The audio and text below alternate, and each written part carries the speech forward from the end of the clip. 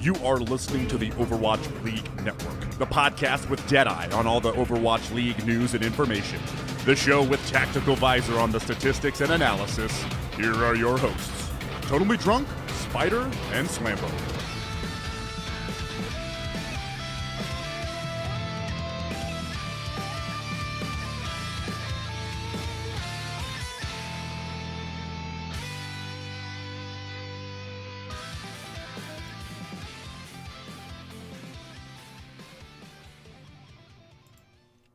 What is up, guys, and welcome back to Overwatch League Network, the podcast with Deadeye on all the latest Overwatch League news, information, and esports analysis.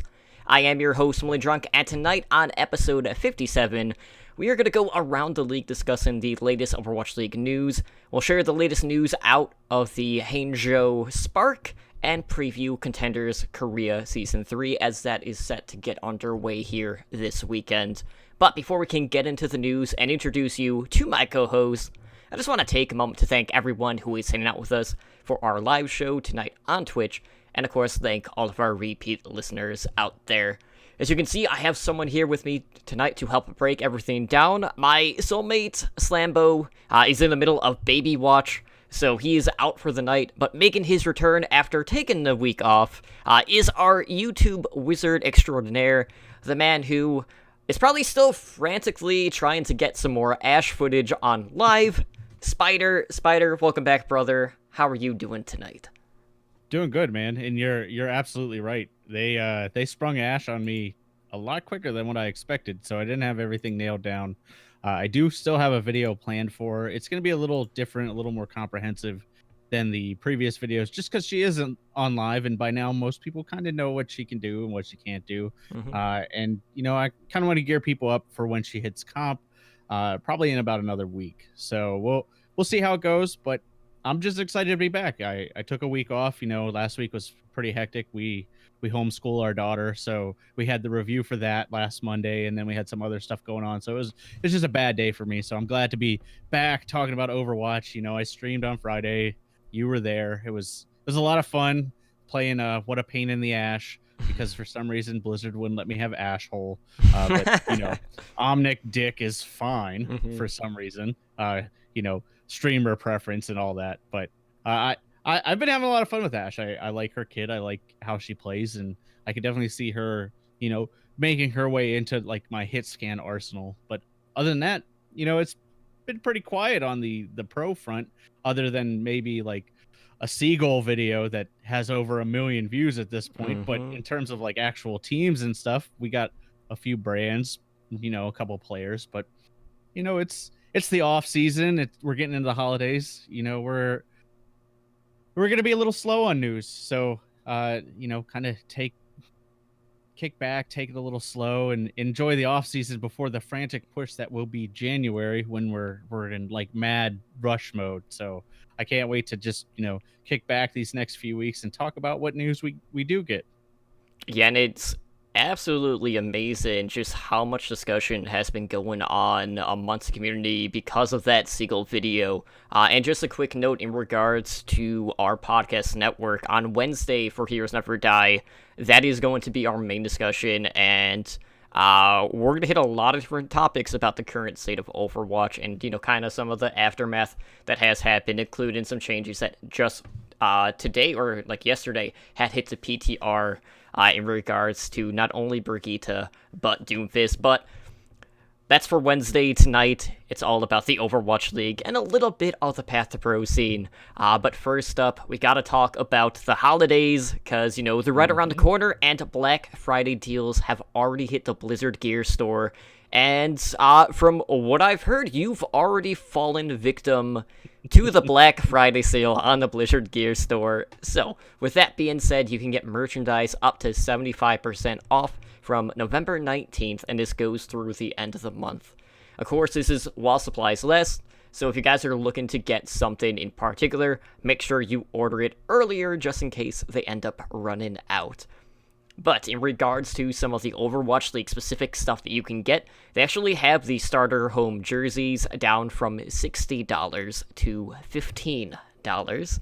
They also have some of the Season 1 t-shirts, you know, kind of like the the basic, like, Overwatch League team logos, those went from $28 to $7, and then the authentic home jerseys, the ones that are, a little bit higher quality overall, those went from $85 to $21.25, and then, they have all of the hats, starting at, like, $8-9. I think like $10 is the more expensive one. So all in all, like, there are some incredible deals, not just for Overwatch League, but Blizzard games as a whole. And I wish I had a little bit more money because I could stock up on some Dynasty gear, or maybe just buy some more authentic home jerseys. But unfortunately, I cannot push the button right now, but I know you have. So, Spider, what have you picked up from the gear store with this sale? All right, so first I'm going to preface that I put in about $100 order last week for gifts and various little knickknacks because Blizzard gave me a 20% off coupon for ordering the Ash Funko, and now it's delayed. So, cool beans for that. Luckily, there was only one thing that I ordered last week that's on sale this week, and I actually think with the coupon it ends up a little bit better. But this week, I saw what they had, and I mostly wear like t-shirts and stuff like that. So I actually picked up 3 of the long sleeve shirts. I picked up the Fuel, I picked up the Outlaws because I need like a generic black one. Then I also actually picked up the Dragons and the Valiant just for a little, color, variety. And they're super cheap. And then I did pick up the Fuel authentic home jersey, just because I did have the $60 jersey, but one day I was wearing it, it caught something and snagged and actually, kind of tore it in the middle. Not for a full rip, but you can see like the threads coming loose there. So I kind of wanted, a little bit of a nicer jersey, and for $21, you can't go wrong. And then I ordered a Dallas Fuel hat, just to complete the Fuel collection, so I can be a full dumpster fire at that point. But I kind of wanted to clear out, anything I wanted from the Fuel, just because I do think that I'll probably pick up some of the new team stuff, because I do like some of the color palettes from the new teams. Specifically, one we're going to talk about tonight is nice.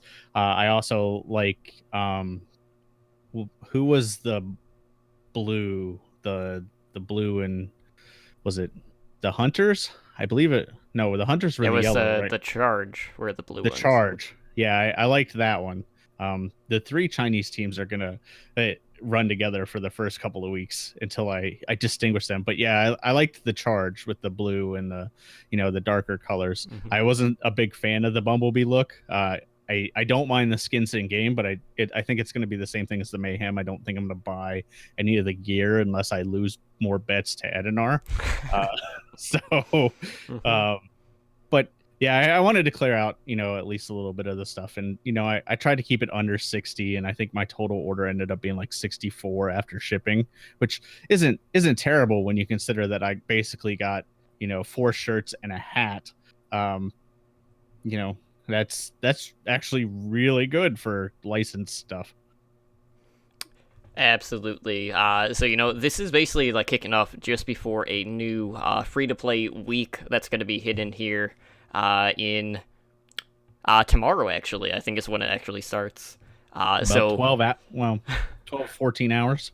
Yeah, so, I know this isn't Overwatch League specific, but it is worth noting. Like, if you guys have friends out there that still haven't had a chance to play the game, this is the longest trial period that Overwatch has put on. Usually it's the free-to-play weekend. Now we get an entire week. So, in your case, Spider, you're going to have a little bit harder time auto-locking Ash when you're on your alt account. Because, there's going to be a lot more new accounts popping up here in the next week. But as traditional, like most free weekends, the game is going to be, half off or whatever crazy deal they're going to have. But half off is usually what's been traditional. But, we did have some updates on the PTR, and, we're not really going to go over the patch notes or anything like that. We've already done that on Heroes Never Die, and we'll dive further into some major Brigida changes on Wednesday.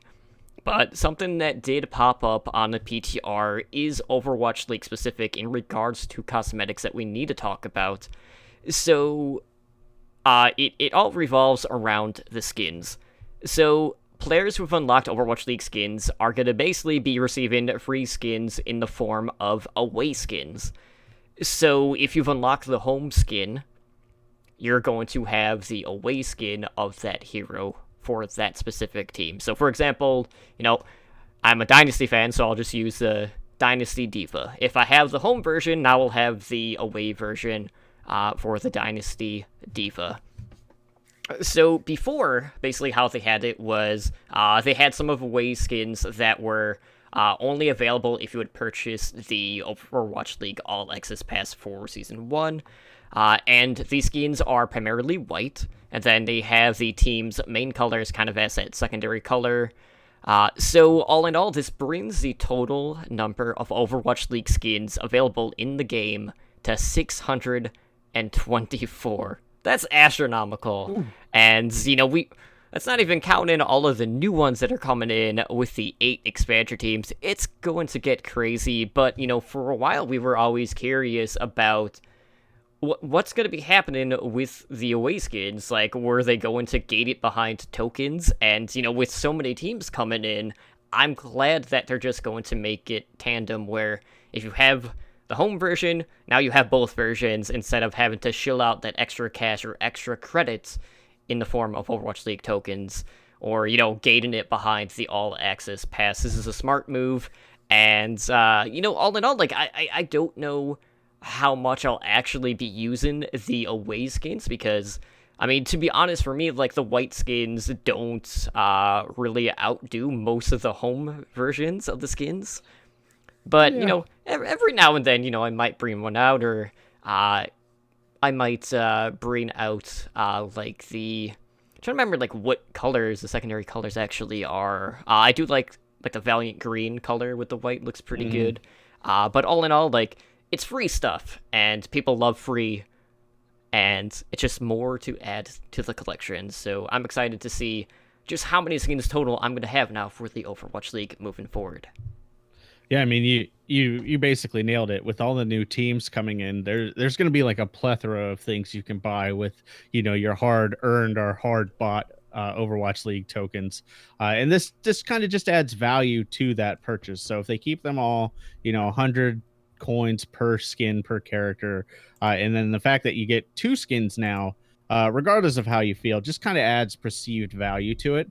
And I do like the away skins for some of the teams, specifically the teams that have like a really bad color scheme that I don't like. Like, I actually really like the Mayhem Widow skin, which you got with the all access pass, because I like the gray, and then I like the the subtle hints of like yellow and the red. So there are some that I do like. Now 9 out of 10, yes, I like the home skins better, but the fact that I'm getting 2 skins for 100 coins now, it's just, like I said, it's just a better value. So this is just a win all around. Like, it's a good business decision. You guys kind of hit on it last week in Heroes Never Die. I liked Ednar's point of not many people probably would have purchased the away skins had they been separate purchases. And that's almost the same way I feel. I feel like, if you put a home skin for 100 and away skin even for 75, I feel like 9 out of 10 are just gonna say, oh, well, I'll wait for, enough money to get the home skin. And so I think this was just smart on Blizzard's part. So moving on, we have a lot of news out of the Hangzhou expansion team. So we got the brand reveal. We've had a couple of announcements, both for the coaching staff as well as some of the players. And I know there was like another duo that was announced like literally right as we went to record tonight. So we're gonna keep that final pairing of announcements for next week.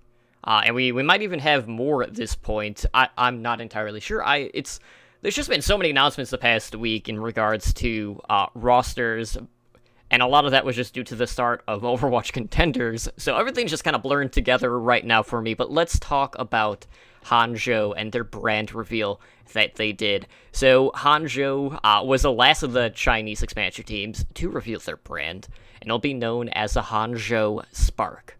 Now, this logo features a finger gun that is surrounded by pink electricity. Now, this name and logo is a reference to a character from an anime, a certain scientific railgun. And it's important to note, like, initially, they tried to file for the trademark railgun. Basically, like, when they sent out a Twitter poll, they were looking for, like, fan suggestions for, team names for this team, and railgun was the top choice on that Twitter poll. And that was denied by Blizzard. So they ended up going with Spark. So overall, like, we have, a pink and blue logo and skin. This, kind of brings it back to their parent company, which is Bilibili, who uses the same colors on their website. And, ever since they announced the branding of this particular team, Twitter was pretty much immediate fanfare. Like, the community reaction was very positive for this team in particular. I myself, I had a different take, primarily because it's kind of close to Runaway's colors. So, the first thing I did when I saw it that morning was I immediately put them side by side, and, I did the copy homework meme, and I posted it all over social media. It lessens the chance that Runaway is going to keep those colors as a Vancouver team, assuming the rumor mill is true. But all in all, like, the fans have definitely embraced the pink. I know Zoe even, like, tweeted out a picture of her in one of the jerseys, hashtag no leaks or anything like that. But what was your thoughts on the brand reveal and the color scheme that they went with?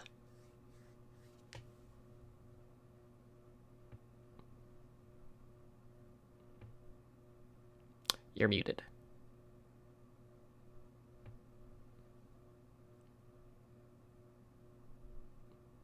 I think you broke it.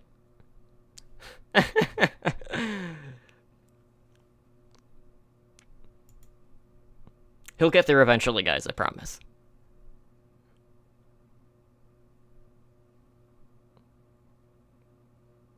Okay, well, while Spider, tries to figure out his microphone issues, a lot of people just look at this and, they see the connection between Bilibili and, the overall theme of this team. So basically, Bilibili also owns Crunchyroll, which is an anime streaming service. So by and large, this is a weeb design logo, overall branding, as Spider tries to do whatever he's doing. And since the Spark made a brand reveal on Twitter, they've been basically making daily announcements since then, which includes, their coaching staff. At this point, before we started recording, they had announced 6 different players on their roster, and you can see the Spark skin and logo behind Spider there. We could also put it up on my end here. So here's a quick look. So you got the pink, you got the blue, you got the finger gun, you got a little bit of electricity within the actual name of the team as well. And of course, they had to go with the Reaper as a first skin of choice, which is kind of like a callback to another Overwatch meme in particular. So I thought that was pretty neat how they did that. Spider's still muted, so. But anyways, yes, I can hear you. Woo! Welcome back. I don't know what's going on there. So hopefully, I know the camera looks very different now, but hopefully that will not pop up again. I don't know what's going on there. But this is quality entertainment. Okay. Well, at least you didn't turn off your computer. No, that would have been the next step. Mm-hmm. Sadly enough, I don't know what happened there. Normally, I can just reset it and it comes back on, but for some reason that time it didn't work. Mm-hmm. So, anyway, the Spark you hit on, like, Bilibili and all that fun stuff. Mm-hmm. I really liked it. Like, I like the colors. I like the skins. I am disappointed they didn't get the name, because I do actually like the anime, and I actually understood the reference, so I thought that was pretty cool that it is an actual reference to something. And overall, like, I don't know, I liked it. I wasn't a huge fan of the name that they had to go with, but I don't fault them because it wasn't their initial, pick. Uh, I I I am worried that this is going to lead to a lot of memeing, like you guys did on Heroes Never Die. So we'll see how that goes. But I think this is just like a breath of fresh air. Like, we've been getting so many like red and black, like red and gray, like all of that. Like when we got the yellow last week, and then we got the pink this week. I think that speaks to China's trying to differentiate all its teams, and I think they're doing really well. I am upset that they did take Runaways colors, like you said, but when you look at the host company, like you said, Billy, and how affiliated with anime and stuff they are, it and this is their colors. So while sure they did take Runaways colors, they were kind of their colors too. So at least it's not like, it wouldn't be like if Toronto took these colors just despite Vancouver. That would be like a whole different level of shade. So overall, I do really like this announcement. And like I said, I already have to buy at least 2 skins of this because my daughter wants the Diva skin and she wants the Reaper skin. So picking up fans wherever they can. Yeah, and with this color scheme, like, and just kind of the immediate fanfare that they already acquired from this, their merchandise is going to sell like hotcakes at this point. And as a Runaway fan, like when I saw it, like I wasn't like infuriated by it. I myself was not expecting Runaway to actually keep their colors with Vancouver, just because I'm already very familiar with the color schemes that Vancouver has used for like the Canucks, so I was expecting something similar to that. But it was definitely the first thing that came to mind for me, and I know that's not. I know for some people that's going to be the same reaction that they're going to have, because they might associate Runaway with this team when in fact they have nothing to do with one another, but that is besides the point. Let's go ahead and talk a little bit about the team themselves. So they started off by announcing their coaching staff.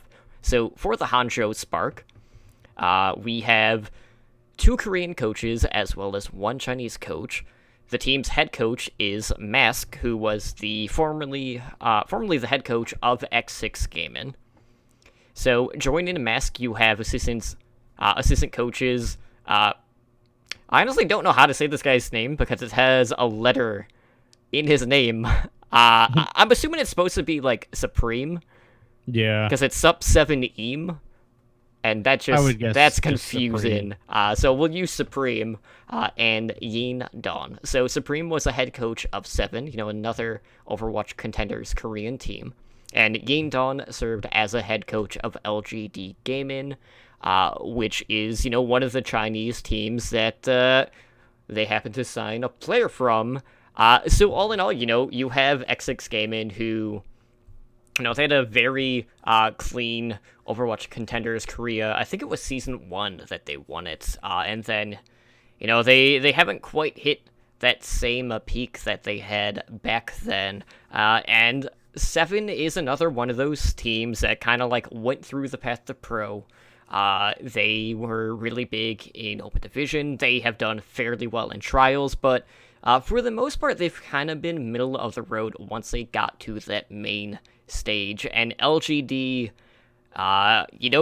they're one of the more, I'm not going to say like they've been the best Chinese team, but they've definitely been one of the more long-staying Chinese teams, at least in Contenders overall. But outside of that, we got to talk about some of the sign-ins, because that's really where the meat and the potatoes of this discussion is going to be. So when they announced the brands, they had announced first that they did sign Guxue from LGD Gaming, and Guxue is a name that a lot of people are going to be familiar with, most recently because of the Overwatch World Cup, because he was the main tank for Team China, and China had a pretty good run this year until they got to the grand finals, where they just got bouldered by South Korea. But Guxue has been one of the more aggressive Winston players out there, and that playstyle has definitely rewarded him with high-end eliminations as a tank player, even surpassing a lot of the top DPS players that were competing in the World Cup.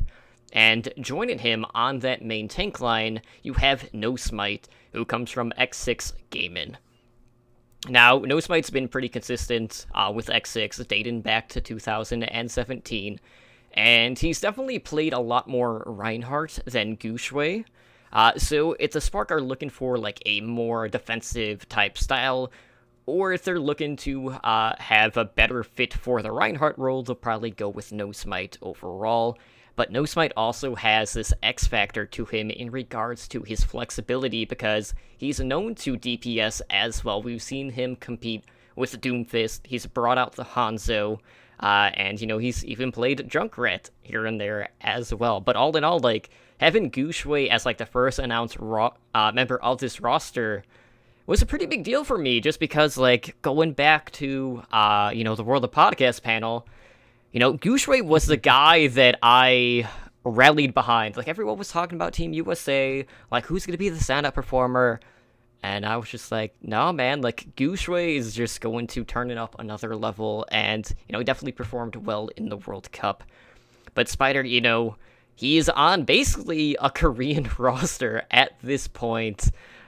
So how do you feel like that is going to play a factor in regards to his playtime for the Spark?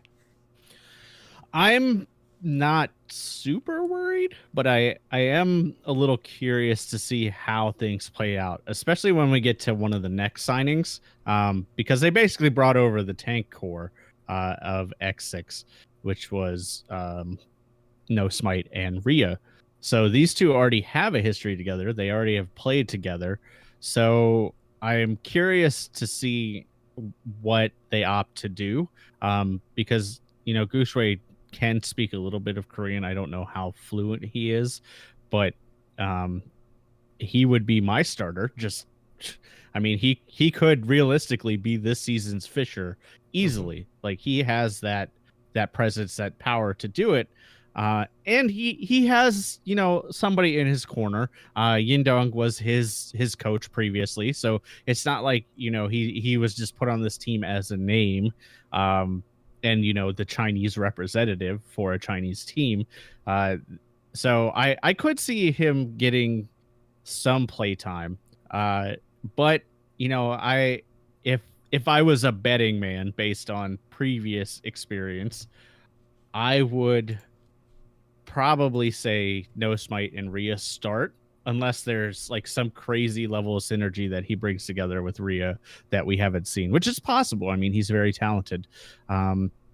But it depends on meta. Like, if Ryan is still heavily in the meta, maybe we'll see No Smite there. If Winston comes back, who knows? It's interesting to see how this team will play out. I really hope we get to see Gushue, just because he is top tier caliber. Like I said, he could easily be this season's Fisher, and I'm gonna stand by that. I think you put him into any team, and as long as they can break that communication problem, I think he's a top tier player easily. Yeah, it does kind of make me question. So let's say, for instance, Gushue isn't on that starting lineup, and as really the only Chinese representative on this team on the active roster, do you feel like that's going to impact the overall popularity that's been built from the China region at all? Like, is that going to be hand in hand with, just the overall playtime and exposure that Gushue is going to be having? I think it depends on their success. If they run an all Korean roster and they come out and win, 6 games of their first 6 or first 7, I don't think it's going to matter. They're going to say, oh, cool, Gushue's on the team, but we're number 1 in the division. Now, if they come out with an all Korean roster and they pull a Shanghai Dragons, I think that could very much affect their popularity and how fans feel about Gushue being on the roster and being on the bench. It really depends on their success. And I would say probably half of the first stage will gauge that. I think, you're going to get if it's similar to season 1, the first 5 games of the season are going to be a little shaky for all the teams, with the exception of maybe some of the really seasoned teams that kept their roster, like say New York, really New York, and Philly. That's it. Maybe London, but beyond that, like I think all the teams are going to look very different, and it depends on meta. So there's a lot of questions, but I would say probably as long as they do decently well, it won't matter who they're fielding, to everybody but you. Well, you did mention another one of the tanks that was signed to this team, that being Rhea, formerly of X6 Gaming. And they also picked up Adora from 7. So Rhea will serve as the team's flex tank, and I don't think I've seen him actually play anything other than Diva, so I don't know what is entirely in his wheelhouse in regards to that flex tank position. But what he does do really well is he excels with his ability to peel for his team. So you're gonna have that aggression on the front line, but you're also going to have someone that's going to be there to soak up the damage, to make sure something isn't running rampant in the backline, and Rhea is going to bring that for this team. And Adora is the first DPS player signed to the Spark, and a lot of these sign-ins have Tracer in their hero pool. Adora is primarily known for his Tracer play as well as Hanzo, but this is a flex DPS player. He's played a good amount of Doomfist. He brings in the Sombra, some Junkrat, but all in all, like, if we're talking about overall flex DPS on this team, I don't think Adora is going to be that person. I feel like that is going to go to another person on this roster, which we'll talk about here in a moment. But knowing what we know as of right now, are you at all concerned about the overall overlap that we kind of see amongst some of the hero pools from these DPS players? I mean, we'll get into this more when we talk about the other 2 DPS, but not really. I think they kind of. You muted again.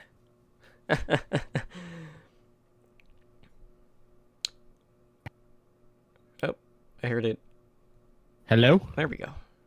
Okay. You said, I think they kind of, and then you cut off. Nice. I gotta get Audacity back up. I don't know what's going on tonight. Just doesn't like you tonight. No, I don't know. I gotta figure it out. I think maybe my USB hub is dying. In which case, bad things will happen. And Audacity is not cooperating. There we go. Okay. Back to. So, no, I don't think there will be any overlap. I think teams will have need of a Tracer specialist again if these changes to Brigida go live, which I fully expect at this point something similar to what we get will go live. So I think teams will need a Tracer specialist. I think they'll need a hit scan specialist, and I think they'll need a flex DPS at that point. And I think going forward, I think what we're going to see is we're going to see hit scan and flex become similar, but still kind of differentiate a little bit. But I think you'll see more people, being able to flex to, say, Pharah and Soldier rather than, stuff like that. And I think Tracer will still be its own kind of niche thing because Tracer requires a lot of practice other heroes don't necessarily have. And I talked about Rhea earlier. I agree that he only plays Diva, at least that's what we've seen. And going forward, there may need to be some more actual flex in the flex tank position. So we'll see how that shakes out. But we have seen previous flex tanks learn Roadhog fairly easily. And the same thing with Hammond. Like flex tanks, we've even seen DPS pick up Hammond and do okay at it. So I think all in all, we're going to see more and more diversified roles outside of the Tracer specialist role, which I think is what they brought Adora on for. I think they took the Houston meme and said, you know what, we're just gonna bring a tracer specialist on, even if we don't need it at this point. Yeah, we don't want the community to throw that interface time and time again throughout the entire season. But anyways, moving on, we do have one more set of players that was announced for this lineup. And these are the two I'm most excited about outside of Gushue. I mean, Gushue is still the number one by far, but just yesterday, the Spark also announced the sign-in of Godsby, formerly of X6 Gaming, as well as Bazi, who came from 7. So, this is basically a merger between X6 Gaming, 7, plus Gushue, essentially here. So, Godsby is going to be the flex player for this team. He has been most prominent on the Hitscan Heroes, but in the earlier days of Apex, he was a projectile specialist. He played a lot of Genji, he played a lot of Pharah, but Hitscan has been his bread and butter. So, he brings Widow, he brings Soldier, he's even played, Doomfist and Tracer. I think, the best comparison you could have in regards to, current Overwatch League rosters, in regards to hero pools, is, Godsby is basically going to be the Sparks iteration of Fleta. I think that's the most candid comparison that you can have. So, a lot of people just assume that he's just straight out Hitscan, which is true in more, maybe recent times, but, he really made a name for himself off of his McCree play back when, Apex was still going on. And, I'm excited for his sign-in, and we have Bazi also on the DPS line, who, if you're going to have a Widowmaker player for this team, this is going to be the guy that you're going to rally behind. He might even just be a specialist on that role, but he also does play Hitscan, most prominently on McCree and a little bit of Tracer. But the potential to serve as that Widow specialist is, important to note because you need to have a top Widow on your team, and, we've seen the impact that Widowmaker players have in the Overwatch League. I mean, just look at how much Soon's gameplay was brought to the forefront because of Widowmaker alone. So, again, the other option for the McCree, another option for Tracer, but primarily, Bazi will be your Hitscan player. Godsby will be the flex god of this team, and I'm really anxious to see how he does because I'm trying to remember if he was one of the players that got in hot water or not. I don't think he was. So many of these Korean players... it might be BQB that I'm thinking of. I think Godsby was still okay with X6. Yeah. No, I'm excited for this lineup for the sheer fact that this actually really reminds me a lot of China's World Cup team, even though these are Korean DPS players, in the fact that they can kind of all flex around to a certain degree, especially these last two, Godsby and Bazi, can kind of mix and match. So there's going to be a lot of options available to them. They can run, Widow and, something else like Widow McCree. They can run Widow Genji. They can run McCree Genji. They have so many options. And you don't know which one's going to play McCree. It's crazy to think of the options these two present, because like you said, Godsby can flex and play pretty much almost any DPS at a level that this team needs. I don't know how up to date his Pharah is, but from what I understand, his Genji is still top tier. He still has the hit scan ability. The only thing he really is missing is, consistent Tracer play, which they have Adora for if they really need Tracer, or his Widow play. I understand he struggles a little bit with Widow, but you have Bazi for that, and Bazi can fill the hit scan role and also play Widow. So I am excited to see these two in action, just because it does kind of remind me of China's World Cup team. You can never really guess what they're gonna run and who's gonna run it, unless they put Adora in. And it's kind of like, oh well. It's like the Spree syndrome. Okay, well, they're running Zarya on King's Row. Okay. That kind of thing.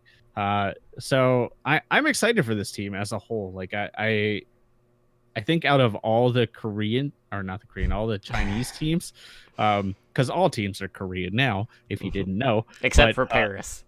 except for Paris and Dallas. It still has a majority non-Korean players. They do have Korean players, but the majority non-Korean. Um, and Houston's still holding out. But yeah, of the Chinese teams, this is the team that I'm most excited for. In no small part due to Gushui, but these current and then the two that they just announced, I think, will lead to a solid roster for season 1.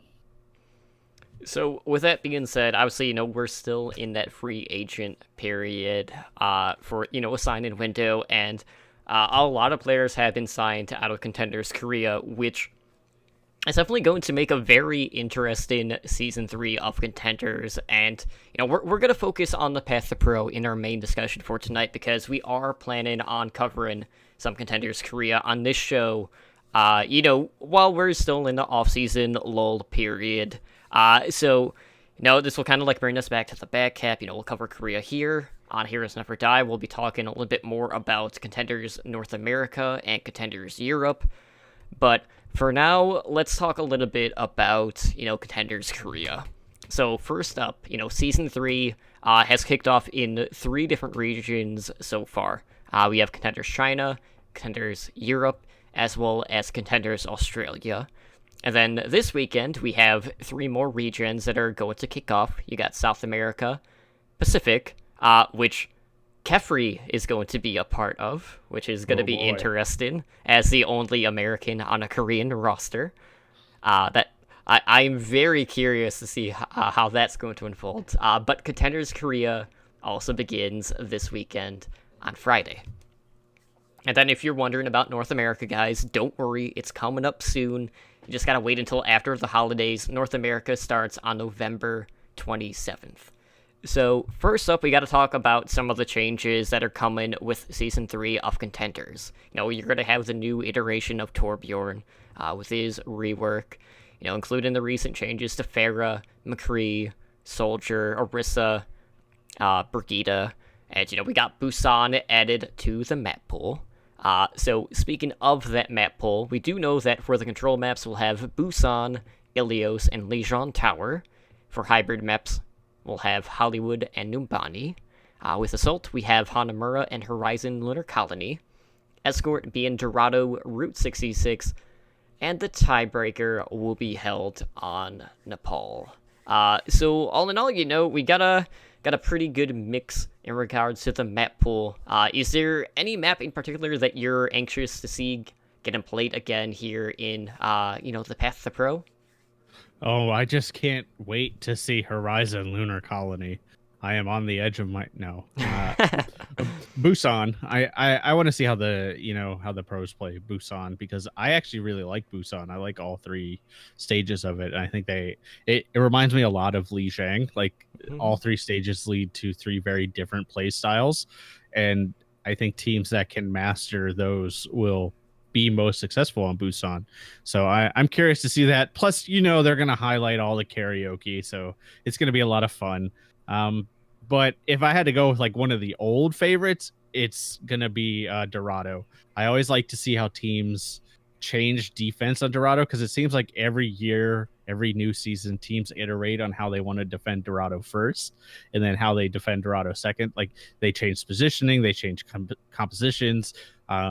I'm curious to see how that shakes out this time. Dorado's always been one of those maps. It's kind of like Gibraltar, teams defend it very differently depending on the meta, depending on the time of year, weather, all that stuff. So I'm curious to see what happens this year with Dorado. Yeah, and, for me, I love seeing Dorado as well, and maybe with Contender Season 3, we're not going to have to worry about any team switching to GOATs, with a minute left on the clock when it's far too late, because they'll already be running the triple tank, triple support, so they won't have to go to that at a later stage in the map. But anyways, when we talk about Contenders Korea, we kind of have to talk about the changing of the landscape of the Korean Overwatch scene, because a lot of the sign-ins going into Season 2 of the Overwatch League have come out of Korea. So let's let's just, lay some groundwork here on how drastic these changes are on these rosters. We know for a fact runaway players from their Contender Season 2 championship roster are all joining the Overwatch League. Again, they've been linked to Vancouver, but Vancouver has been very hush-hush. We haven't heard anything about the team name, the brand, the colors, or even anyone on the roster, which is really weird because, they're the only expansion team that we know absolutely nothing about. Washington is the other team that hasn't announced their brand and most of their roster, but, their brand has already been leaked on the mobile app, so if you haven't seen it, you can check it out there. All I will say is it's very Captain America-esque in the sense. It's very DC. Yeah. As someone who lives near DC, it feels very DC.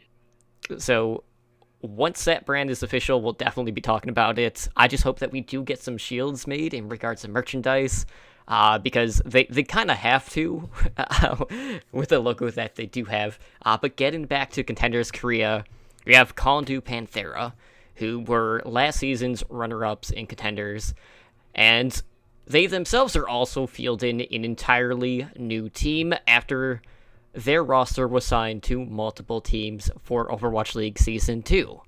You also have a team like Element Mystic, who have added quite a few new pieces. I know, compared to Season 2, I believe they have 3 players still on this roster for the new season. So you have Z, you have Alpha, and Rappel.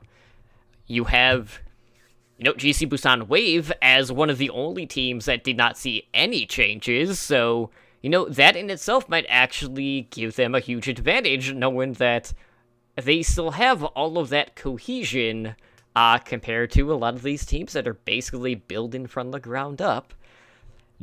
So we also have Kaiser making his return to Contenders Korea. And this is following Stormquake's top 3 finish in Contenders Trials this past season. And on top of that, Season 3 will also mark the first season in Contenders Korea, where an Overwatch League Academy team will be competing in the region, and that spot belongs to the Seoul Dynasty with Gen G Esports. So, there's a lot to kind of, take in here. You basically have 2 top-tier Korean teams that have completely been rebuilt. And in Kondu Panthera's case, this is the second season in a row where basically all of their players have been picked up and poached for the Overwatch League. So, obviously KDP and their scouting is doing something right if they keep being the go-to team to find some top-tier Korean talent out there. By far. I mean, it's crazy to think about how this season's going to, kind of shape out for Contenders, because if you really sit down and think about it, you pretty much have a third of the teams are brand new rosters completely. A fourth of the teams are trials teams that came up. And then there's teams in the middle that either weren't there or are sister teams, like Metabellum is not playing this season, but their sister team Meta Athena is. Stuff like that. It's hard to get a read on Korea this season, and I'm really, really excited for that, because in the past, specifically in between season 1 and 2, you kind of had favorites, and sure, it didn't shake out the way you thought it would. Runaway didn't do great season 1 of Contenders 2018, but they obviously took it season 2. So going into season 3, everybody wants to be like, yay, Runaway, but it's a completely different team. I am really excited to see some shakeups, and I'm actually really excited to see some of these trials teams, because they are poised to make a big run at it this time, just because of all the shakeups. You have a couple of established teams, like you said, GC Busan Wave is still pretty much the same team, but I am excited to see what these trials teams can do, and this will probably be my most watched Contender season since Apex. just because I am that excited to see this level of talent. And the fact that, the Korean talent was so picked clean, I'm curious to see what level of talent is left. Not that I really have too many doubts. It is Korea.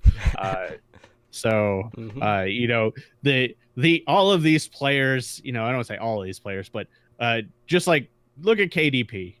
They've been picked clean 2 contender seasons in a row. What does that say about the level of talent in Korea that, this team keeps coming out, and they haven't even won the past 2 seasons of contenders. They're just like, hey, they're really good. Let's pick up all their players. And then, season 2 comes around. Hey, they're really good. Let's pick up almost all of their players, it's interesting. And you kind of stole my last one, which was Kaiser. I am really excited to see Kaiser play again. He's always been one of my favorites to watch. Like, he's up there with like Panker and Sugar Free for enjoyment to watch. So I am excited to see specifically what him and his team can do. So, for me as a Dynasty fan, I'm really anxious to see their academy team, Gen G Esports, in action. So, looking at this organization, it's important to note that, Gambler and Miro, they're signed to Gen G, but they're streamers. They're not going to be competing with a team in contenders. So this has been a team that has been recruiting players and coaches since August. And, the team is doing a lot for their players. They're providing English language lessons. They have physical and psychological management programs. They'll be receiving PR and marketing training to their athletes, which is something that, we've talked extensively about, that, there's been a dire need for both of those things. Send them to Atlanta for a little bit. Right. So, like, you have all of these fundamental tools that are going to be given to these players. So, in case they do get picked up or signed to another team, they're going to have a lot better opportunity to succeed no matter where they go, whether it's with this organization, with the Seoul Dynasty, or outside of that, which is great to see. Like, they're going to have everything that they need as a player to really develop and thrive in this competitive Overwatch scene. Now, when we look at this roster, there are quite a few relative unknowns, which is not too much of a surprise, because this is basically like how they first started Lunatic High back in the day, and like for a team like Runaway this season in contenders, it's the same case for them as well. So looking at this roster, you have Agnes, who is going to be a DPS player. Stalker is their flex DPS. You got Luke on main tank, Shubal as their flex tank, Levels as their main support, with DNCE as their flex support. Now, there's only like 2 names that I'm actually familiar with on this lineup, that being Shubal. He was previously on one of the former Call of Duty Panthera lineups. And then DNCE last played for Samsung Morningstars Blue, who most recently took part in the Angry Cup, which was a tournament that was hosted by Angry Titans, one of the contenders Europe teams, and Samsung Morningstars actually won that tournament against Angry Titans in the finals. So that's pretty funny that, the team that was, putting everything together didn't actually win. So that was a thing that happened. But what's really interesting on top of that is the coaching staff for this team, primarily because this is the coaching staff's first foray into coaching altogether. So they have Siwoo Lee, who is an esports journalist. He's going to serve as the head coach of this team. And then you have MMA, who will serve as the assistant head coach, and MMA is a veteran StarCraft 2 player. So I don't know how exactly that's going to work, how an esports journalist is going to transition to that head coach role. But that being said, like, your head coach doesn't necessarily have to be, the person doing all the strategies. If he can keep these players' heads on their shoulders, keep them on the path, MMA as a former, pro player can be there to help them along the way with, that side of the game. So I'm very conflicted, but I'm also very invested in just how well this team is going to do. And, this organization as a whole, going all the way back to Lundakai, we know that they're great at scouting talent. So it's really cool to get to see this organization kind of like going back to their roots and just starting anew. And, they might not have the same end result that Lunatic High had, but, when you compare Lunatic High back when they were starting to what this team has now, there's a lot more things that the organization can offer to their players, including, the training facilities and all of these programs that they have put in place. So it's going to be an exciting couple of months ahead for Contenders Korea, and, I hope Gen.G, has a good showing in their first look of this team. Yeah, so when I first saw this team, my initial reaction was like, oh, cool, yeah, they're mostly unknowns. They've got a couple of solid players like Dance, DNCE. People say it differently.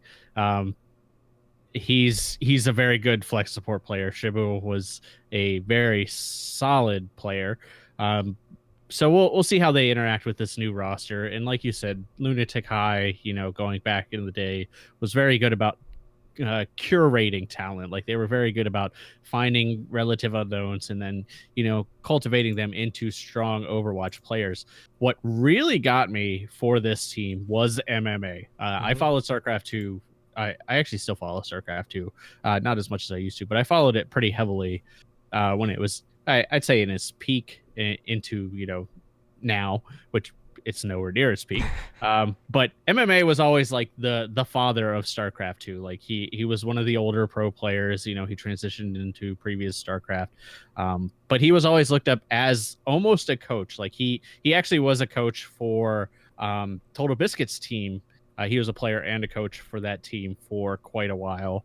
And I'm doing a huge disservice, but I can't think of the name. I think it was Team Axiom, but he is very familiar with coaching. Now, how well that translates to Overwatch, I don't know. But I think what you're going to see in this coaching staff is Shiwuli will probably be like the motivator. He'll probably be like, the one saying, okay, this is the high level stuff. And you're going to see a lot of the strategy. You're going to see a lot of the actual player coaching, a lot of the, nitty gritty stuff come out of MMA. And I think that's really good. That's really smart. He has the head for it. The only thing that really is going to hang me up on this team is any kind of like mechanical deficiencies, because we haven't seen them play. Like, is there a teamwork problem? Is there, are their DPS not pulling it? Is there tanks not pulling it? Like, that's the only thing that I think could sink this team, because I think they set themselves up for success. It's just we don't have any like real hard data on this team, but I think they're doing everything right. I think they're doing what an academy team should do, and I feel much better about them than a lot of the other academy teams, just from the structure that they're putting in behind. And I don't think they're just gonna up and leave like some other academy team did. I am very hopeful that they have a good showing, and actually we're going to talk about it here in a little bit. But their opening match is against Kongdu Pantera, so we're going to get to see, this new academy team versus a brand new KDP, and I think that's going to be a really good gauge on how things shake out, maybe over the season. Right on. So we do know which teams are going to be in both Group A and Group B. So with Group A, we have Runaway, Geekstar, MVP Space, WGS Armament, Blossom, and O2 Team. Formerly O2 Ardiant. I don't know why they renamed, or maybe they're just going to go by O2. They lost all their players. I have no idea. Lost the Ardiant. That could be what it is. But you have two of the top three Contenders Trials teams in this group. You have WGS, who finished in second this past season, and Blossom was a team that finished in third. So moving over to Group B, you have Kontu Pantera, you have Genji Esports, GC Busan Wave, Meta Athena, Stormquake, and Element Mystic. Now, regardless of the amount of restructuring on these rosters, based on name alone, Group B is definitely the scarier of the two groups. By far. And Stormquake, they were the top team in Contenders Trials, and they drew the short stick in regards to the group poll, so that's definitely going to be interesting. So, as I mentioned prior, Contenders Korea starts this weekend. It'll start on Friday, that's November 23rd. And that starts at 8 p.m. Pacific time with Runaway going up against Geekstar. And then at 10 p.m., as you mentioned, you have that very intriguing matchup of Kontu Pantera and Genji Esports. And, I can't think of a better headliner for the first night than these two teams because, going back to a lot of, Apex, KDP and, Lunatic High were the teams that had a majority of the fanfare. Yes, you had Runaway. They're still there on the first night as well. And as the Season 2 champions, there's going to be a lot of interest invested there as well to see how their rebrand, or that restructured roster, is going to do. So you basically got 3 huge names on day 1 alone. And then on Saturday, November 24th, starting at 8 p.m. Pacific time, you have GC Busan Wave going up against Meta Athena, with MVP Space facing WGS Armament at 10 p.m. So, all in all, it's very hard to kind of, gauge where all of these teams are going to be. From a viewer perspective, though, you look at a team like GC Busan Wave, who were able to maintain their entire roster. How much of an advantage, if any, do you think that's going to bring them, despite them being in what would be considered the group of death in Contenders Korea Season 3? I think it'll help. Team play is very important right now, especially with the metas that we're going to go into. And people can make fun of goats all you want, but there is a certain level of team play that is needed to pull off goats. Granted, it's not quite to the skill level of Dive, but it is there and it is still required. That being said, I think the meta will actually help these other teams if they opt to run triple tank, triple support comps, because like I said, there is a teamwork element there, but it isn't as high as what it used to be. So I feel like it's not as big of an advantage as it would have been previously, but it's still an advantage. Like anytime you have a core tank roster, a core DPS, and a core support roster that have all worked together and understand who's calling plays, who's calling alts, who's tracking what, that will make a difference. That being said, with what is actually in their group, I think that difference will most likely dissipate very quickly. So I don't think in the long run it's going to make a huge difference. Like we may see some advantage the first week. Like they will probably take the game over Meta Athena unless Meta Athena really surprises us. But other than that, I think going into second week, third week, I think it's going to be a fairly even playing field in terms of team play. At that point, you're going to start looking at mechanical play, who has the better players, who has the better support staff, who's doing the homework, that kind of thing. So overall, I like I said earlier, I'm really excited for this season. I haven't been this excited since probably Apex Season 2, just because I don't know. I don't have a clear favorite. I want to see Genji do well just because of MMA. I want to see Runaway continue its success just because I am a Runaway fan, regardless of the players. And finally, I want to see Kaiser do well. And I'd hate to say it, but there's multiple teams in Group B that I want to win, and I know that's not going to happen. So going forward, I will be paying very close attention to this. But who is going to get signed in the off season or in between stage 1 and stage 2 of Overwatch League. This Korean season of contenders is pretty much going to determine that. Yeah, I mean, like player wise, like statistically speaking, like it might be GC Busan Wave who were untapped in regards to the off season. For me though, like one of the other storylines from a team's perspective that I'm invested in is Element Mystic.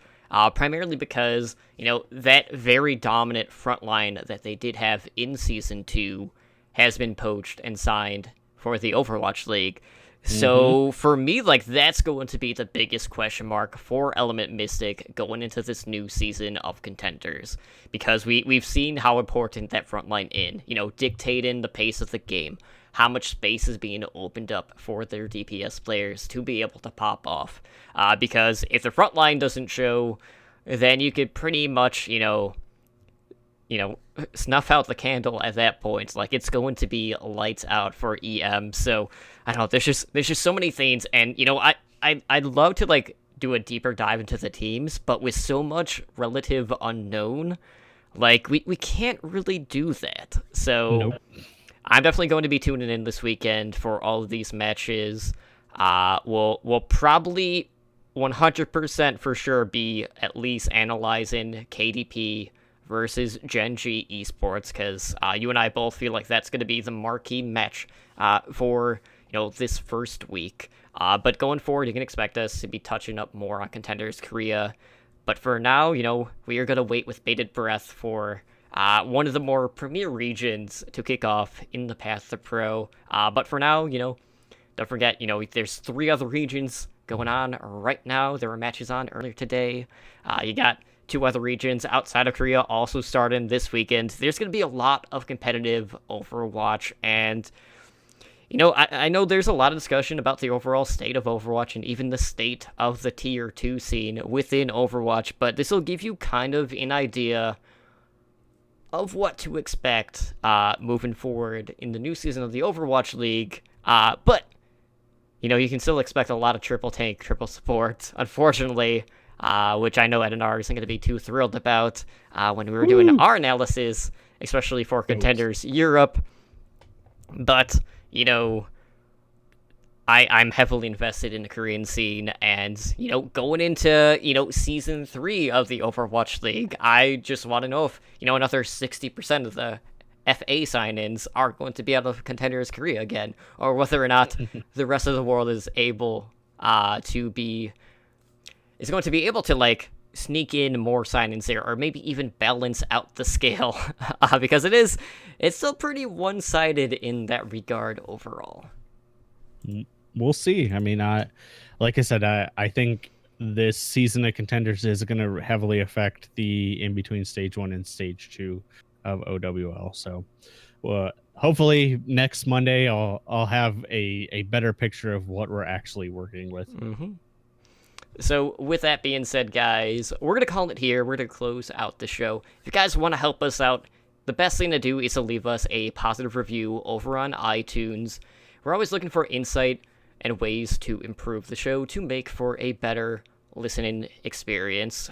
If you have anything that you'd guys like us to discuss on the show, we're also open to ideas for that as well. But with that being said, we also have Overwatch Recall. That is our Overwatch League, and Path to Pro podcast and podcast directory. You can find that on our website. So every Sunday night, I release the episodic listings of, all the Overwatch-related content out there.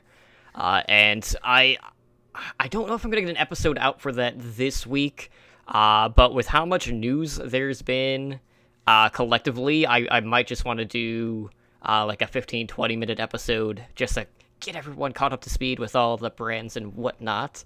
But Spider, we have a number of ways to get a hold of us on social media and through email, so why don't you let our listeners and viewers both know where they can reach us? Sure. If you'd like to shoot us an email, you can do so at contact@owlnshow.com. You can find us on Twitter and Instagram at @owlnshow. Our website is, shockingly, www.owlnshow. Our YouTube is youtube.com/Overwatch League Network. Discord is discord.me/OWLN show. And if you'd like to watch us live, if you're listening to the audio, you can do so at twitch.tv/OWLN show. We are a Twitch affiliate, so come show, some additional support for the show. You can subscribe. You can get a cool little emote that I spam, Totem spamming it for us right now. So, definitely do that. It helps, keep the lights on, maybe get me a new USB hub, all that fun kind of stuff. We do have 2 primary shows running right now. We have our Monday night show, which is what you're listening to, Overwatch League Network. That is Mondays at 7 p.m. PDT. And then we have our Variety Overwatch show, which covers everything, Overwatch League, Overwatch patch notes, Seagull's video, all of that. And that's Heroes Never Die. That's Wednesdays at 5 p.m. PDT. And then we also do some streaming over the weekend. I know I personally probably will not be streaming this week on Friday just because it is a major shopping holiday and my wife will probably leave me with the kids all day. So I will probably be ready for bed. So I wouldn't count on a stream this weekend for me, but normally my streams are Fridays at 7:30 p.m. PDT, and then Totem usually streams either Thursday or Saturdays, depending on what his schedule is, at 7:30 p.m. You can find myself on Twitter at SpiderGD. And like I said, if I'm on Twitch, I am here, OWLN show. Slambo, who's watching his baby right now, you can find him at Slambo Overwatch. Otherwise, he said his Twitch page is pretty much inactive at this point. So, just harass him on Twitter for me. And Totem, where can they find you? Well, I am over on Twitter at TotallyDrunkCTR. And, it is a holiday season, and there are a couple of holidays coming up that do kind of conflict with this particular show. So as soon as we have an update on the recording schedule for, that Christmas week and New Year's week, we'll let you guys know. But I do want to make a quick note that yesterday I was actually guesting on an Overwatch talk show, which is hosted by a good friend of mine, someone that I've shoutcasted a community tournament with, that being Melkari, and that show is On The Point. I'll have a link to the show in our show notes. I might even put it up on our website while I'm at it as well, but I greatly appreciate Melk having me on for the first episode. We did have a couple of gaffes along the way, particularly one really good one where basically like her Bluetooth headset stopped working. So she was trying to maneuver around and grab her other headset, and then proceeded to accidentally turn off her computer during the stream. So I kind of had to act as the main host of this debut show for like 5 to 8 minutes. I don't know how long it was. It felt a lot longer than it probably was. But, this was done through BeLive, and she actually wasn't able to get back into the same room that was being used for the broadcast. So that was the thing that happened, and, it was still a really good time, and I know, we'll sit down, we'll talk more Overwatch on The Point with, Melk and myself. So the next time I guest on it, I'll let you guys know. But that show is going to be live on BeLive's Twitch account every Sunday at high noon, so 12 p.m. That is Pacific time. So I know they're doing like loot box giveaways pretty much every week if you're being active in the chat. So you have a little bit of incentive to actually show up. So go support Melk, and I hope to see you guys in the chat on Sundays because I know I'll definitely be there after work. But for now, guys, that's going to do it for us here tonight on Overwatch League Network. Again, this has been episode number 57. I'm your host, Simply Drunk, joined, as always, by my co-host, Spider, and we will see you guys for Heroes Never Die on Wednesday, when Edinar and myself talk all about the current state of Overwatch, which could be a pretty dramatic episode as a whole, so stay tuned for that. Until next time, guys, have a good night. Thank you for listening to the Overwatch League Network. Be sure to follow the show on Twitter at OWLN Show. The theme music for OWL Lin is the main theme and victory theme guitar remix by Michael Mack.